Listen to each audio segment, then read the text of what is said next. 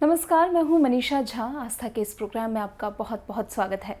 आज गुप्त नवरात्रि का 7वां दिन है। ऐसे में आज माता का कौन सा स्वरूप जिनकी पूजा करनी चाहिए और माता की पूजा की विधियों के बारे में आज हमारे साथ इसी विषय पर बात करने के लिए मौजूद है आचार्य मोक्षित जी। तो आइए उनसे बात करते हैं। आचार्य जी, बहुत बहुत स्वागत है आपका हमारे चैनल में। तो आज के दिन कौन सी माता की पूजा करनी चाहिए और क्या विधियाँ होती हैं, कौन सा स्वरूप होता है माता का, आज हमें हमारे दर्शकों को उस बारे में बताइए। हरि ओम। खड्गं चक्रगदेषु चापपरिधां चूलं भुसुण्डिं शिरा शङ्खं छन्ददतिं करैस्त्रिनयनां सर्वाङ्गभूषावृतां नीलास्मद्युतिमास्य पद्मदशकां सेवे महाकालिकां यामास्तस्वपिते हरौ कमलजो हन्तुं मधुं कैटभं या देवी सर्वभूतेषु कालरात्रिरूपेण संस्थिता नमस्तस्यै नमस्तस्यै नमस्तस्यै नमो नमः। ओम भगवती ऐं महाकाल्यै नमः। ओम ह्रीं महालक्ष्म्यै नमः। ओम क्लीं महासरस्वत्यै नमः। ओम भगवती कालरात्रि दिव्यै नमः।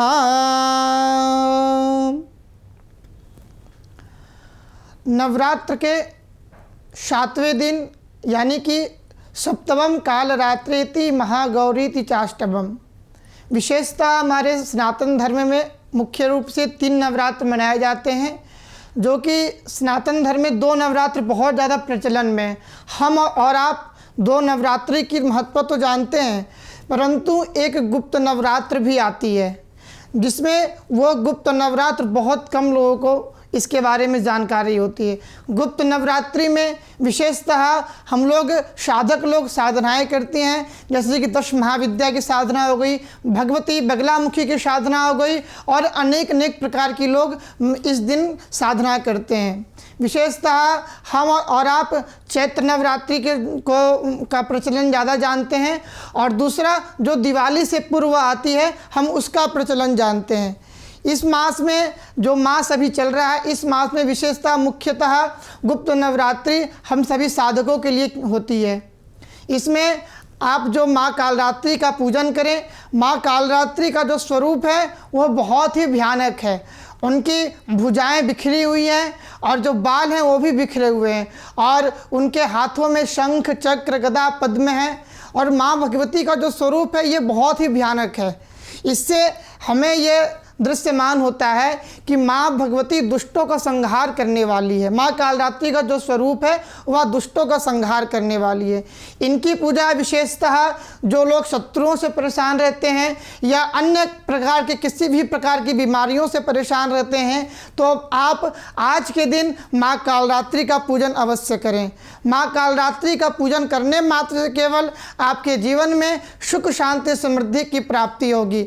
अगर आप किसी भी प्रकार के आपके ऊपर किया कराया हो या कोई दोष हो, इस दिन अर्धरात्रि में माँ की आराधना की जाती है, क्योंकि हमारे शास्त्रों में बताया गया है अर्धरात्रि में सिर्फ उनकी ही आराधना होती है जो कि तांत्रिक क्रियाएं होती है। तांत्रिक लोग अर्धरात्रि में माँ का आराधना करते हैं। तो आप चाहें, अगर आपको अपने जीवन में माँ कालरात्रि की विशेष कृपा प्राप्त करनी हो, तो आप आज के दिन अर्धरात्रि में बैठ करके अपने समक्ष माँ कालरात्रि की फोटो रख के या पष्ट धातु की मूर्ति रख के आप उनका पूजन और अर्चन कर सकते हैं। इसकी विधियाँ जो पूजा होती है, कैसे इसकी विधियाँ कैसे होती है, इस बारे में ज़रा हमें बताएं।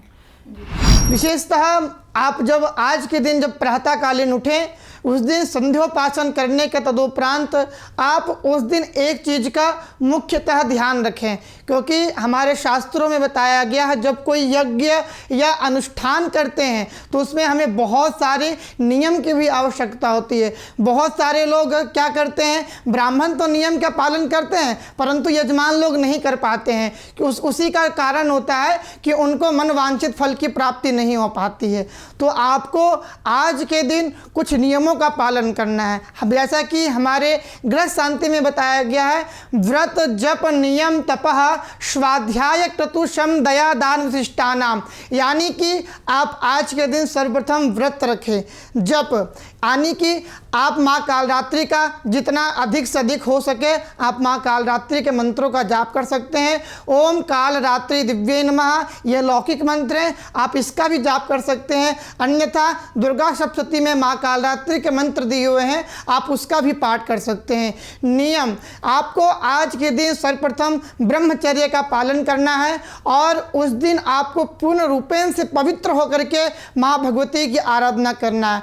आप उस दिन वस्त्र में काले रंग का वस्त्र पहने, क्योंकि माँ कालरात्रि को वो काल की देवी हैं तो उनको काले वस्त्र अति प्रिय हैं। तो आप आज दिन काले वस्त्र पहने और काला टीका लगाएं और अर्धरात्रि में काले रंग के आसन पर बैठ करके आप माँ भगवती का सर्वप्रथम षोडशोपचार से पूजन करें। दूध घी शक्कर इत्यादि सभी चीज़ों से माँ भगवती को पहले स्नान करवाएं। उसके तदोपरांत आप माँ भगवती को वस्त्र अर्पण करें। वस्त्र अर्पण में आप माँ भगवती को काले रंग की साड़ी अर्पण करें, या काले रंग की साड़ी आप अर्पण नहीं कर सकते हैं तो आप यज्ञोपवीत या कलावा आप माँ भगवती को अर्पण कर सकते हैं। माँ भगवती का षोडशोपचार पूजन करने के तदोपरांत आप माँ भगवती का अभिषेक करें। अभिषेक करने के बाद आप दुग्ध ले करके उसमें थोड़ी सी हल्दी डाल लें और उससे माँ कालरात्रि का अभिषेक करें। अगर आप आज के दिन माँ कालरात्रि का इस तरह अभिषेक करते हैं तो आपके जीवन में भी विशेष रूप से माँ कालरात्रि की कृपा की प्राप्ति होगी। तो आप माँ भगवती का अभिषेक करने के तदोपरांत आप उनका नैवेद्य भोग इत्यादि लगाएं। भोग में माँ भगवती को क्या लगाएं, आप आज के दिन जो माँ कालरात्रि का जो सबसे प्रिय नैवेद्य है, आप उस दिन गन्ने के रस से आप उस दिन खीर बनाएं और वो माँ कालरात्रि को अर्पण करें। और हो सके तो माँ कालरात्रि को अगर अति प्रिय करना हो तो आप उस दिन अपने रक्त का एक बूंद माँ कालरात्रि का ऊपर अगर आप अर्पण करते हैं तो आपके जीवन में विशेष रूप से माँ कालरात्रि की कृपा की प्राप्ति होगी। साल भर में हम 2 नवरात्रों के बारे में जानते हैं, जो आम लोग हैं वो 2 नवरात्रों के बारे में जानते हैं और उसके पीछे की कहानियों के बारे में भी जानते हैं। लेकिन ये जो गुप्त नवरात्रि है इसके पीछे की क्या कहानी है और साथ में ये कैसे इसकी जो विधियां हैं वो किस प्रकार भिन्न है उन दोनों नवरात्रों से? जैसा कि मैंने पूर्व में भी बताया, ये जो गुप्त नवरात्रि होती है यह विशेषतः तांत्रिक क्रियाओं के लिए होती है। जो तांत्रिक साधक लोग होते हैं, जैसे कि माँ कामाख्या देवी में, माँ पीताम्बरा में बटुक भैरव की साधनाएं, 10 प्रकार की जो साधनाएं हमारे तांत्रिक साधनाएं बताई गई हैं, यह विशेषतः 10 साधनाओं के लिए की जाती है। उनसे इसलिए ये गुप्त नवरात्रि अलग होती है और बहुत कम लोगों को इसके बारे में जानकारी होती है, क्योंकि यह मुख्य रूप से तांत्रिक क्रियाएँ होती हैं। तांत्रिक क्रियाएँ सभी लोग नहीं कर पाते हैं, इसको सिर्फ एक साधक ही कर सकता है। और इनकी पूजा विशेष रूप से अगर आप गुप्त नवरात्रि की आराधना करते हैं 9 दिनों की, या 9 दिनों में 10 महाविद्या का पाठ करते हैं, 10 महाविद्या स्तोत्र का पाठ करते हैं, या भगवती पीताम्बरा बगलामुखी की आराधना करते हैं, तो इन सारी चीज़ों का पूजन करने का अलग ही महत्व इसमें बताया गया है। और जो 2 नवरात्रि में आप माँ की आराधना करते हैं उससे 100 गुना अधिक फल की प्राप्ति इस नवरात्रि में अगर हम कोई साधना करते हैं, कोई तप करते हैं, तो हमें उससे ज़्यादा फल की प्राप्ति होती है। तो आचार्य जी, जैसे आम लोग पूजा करते हैं, जैसे 2 नवरात्रे होते हैं साल में, उसकी जो पूजा करते हैं, क्योंकि आम लोग तो ये तांत्रिक विद्या के बारे में जानते नहीं है, ऐसे में आम लोग की पूजा की विधि अलग होती है और तांत्रिकों की अलग होती है या फिर वैसे ही होती है? बिल्कुल, जो इसमें आम लोगों की जो पूजा करने की विधि होती है वह 2 प्रकार से अलग होती है, और जो तांत्रिकों की जो पूजा करने की विधि होती है वह अलग होती है।